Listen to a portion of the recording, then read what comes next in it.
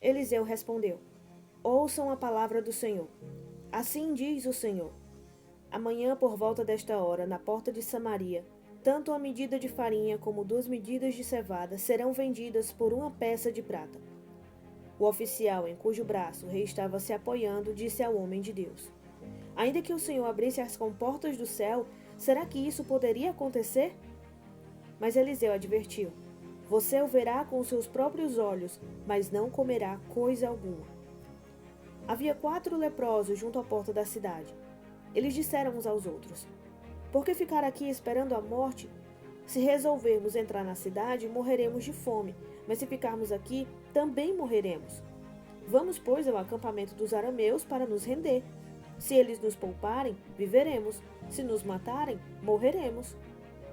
Ao anoitecer, eles foram ao acampamento dos arameus.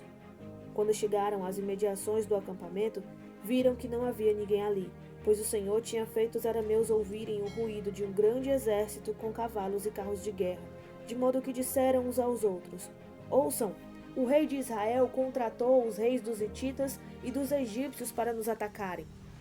Então, para salvar a sua vida, fugiram ao anoitecer, abandonando tendas, cavalos e jumentos, deixando o acampamento como estava. Tendo chegado às imediações do acampamento, os leprosos entraram numa das tendas. Comeram e beberam, pegaram prata, ouro e roupas e saíram para esconder tudo. Depois voltaram e entraram noutra tenda. Pegaram o que quiseram e esconderam isso também. Então disseram uns aos outros: Não estamos agindo certo. Este é um dia de boas notícias e não podemos ficar calados. Se esperarmos até o amanhecer, seremos castigados. Vamos imediatamente contar tudo no palácio do rei. Então foram, chamaram as sentinelas da porta da cidade e lhes contaram. Entramos no acampamento arameu e não vimos nem ouvimos ninguém. Havia apenas cavalos e jumentos amarrados e tendas abandonadas. As sentinelas da porta proclamaram a notícia e ela foi anunciada dentro do palácio. O rei se levantou de noite e disse aos seus conselheiros: Eu lhes explicarei o que os arameus planejaram. Como sabem que estamos passando fome, deixaram o acampamento e se esconderam no campo pensando: Com certeza eles sairão, e então os pegaremos vivos e entraremos na cidade. Um de seus conselheiros respondeu: Manda que alguns homens apanhem 5 dos cavalos que restam na cidade. O destino desses homens será o mesmo de todos os israelitas que ficarem. Sim, como toda a multidão está condenada. Por isso vamos enviá-los para descobrir o que aconteceu.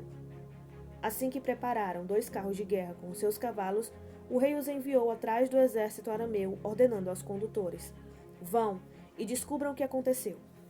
Eles seguiram as pegadas do exército até o Jordão e encontraram todo o caminho cheio de roupas e armas que os arameus haviam deixado para trás enquanto fugiam. Os mensageiros voltaram e relataram tudo ao rei.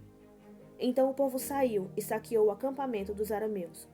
Assim, tanto uma medida de farinha como 2 medidas de cevada passaram a ser vendidas por uma peça de prata, conforme o Senhor tinha dito. Ora, o rei havia posto o oficial em cujo braço tinha se apoiado como encarregado da porta da cidade. Mas quando o povo saiu, atropelou-o junto à porta e ele morreu, conforme o homem de Deus havia predito quando o rei foi à sua casa. Aconteceu conforme o homem de Deus dissera ao rei: Amanhã, por volta desta hora, na porta de Samaria, tanto uma medida de farinha como 2 medidas de cevada serão vendidas por uma peça de prata. O oficial tinha contestado o homem de Deus, perguntando: Ainda que o Senhor abrisse as comportas do céu, será que isso poderia acontecer?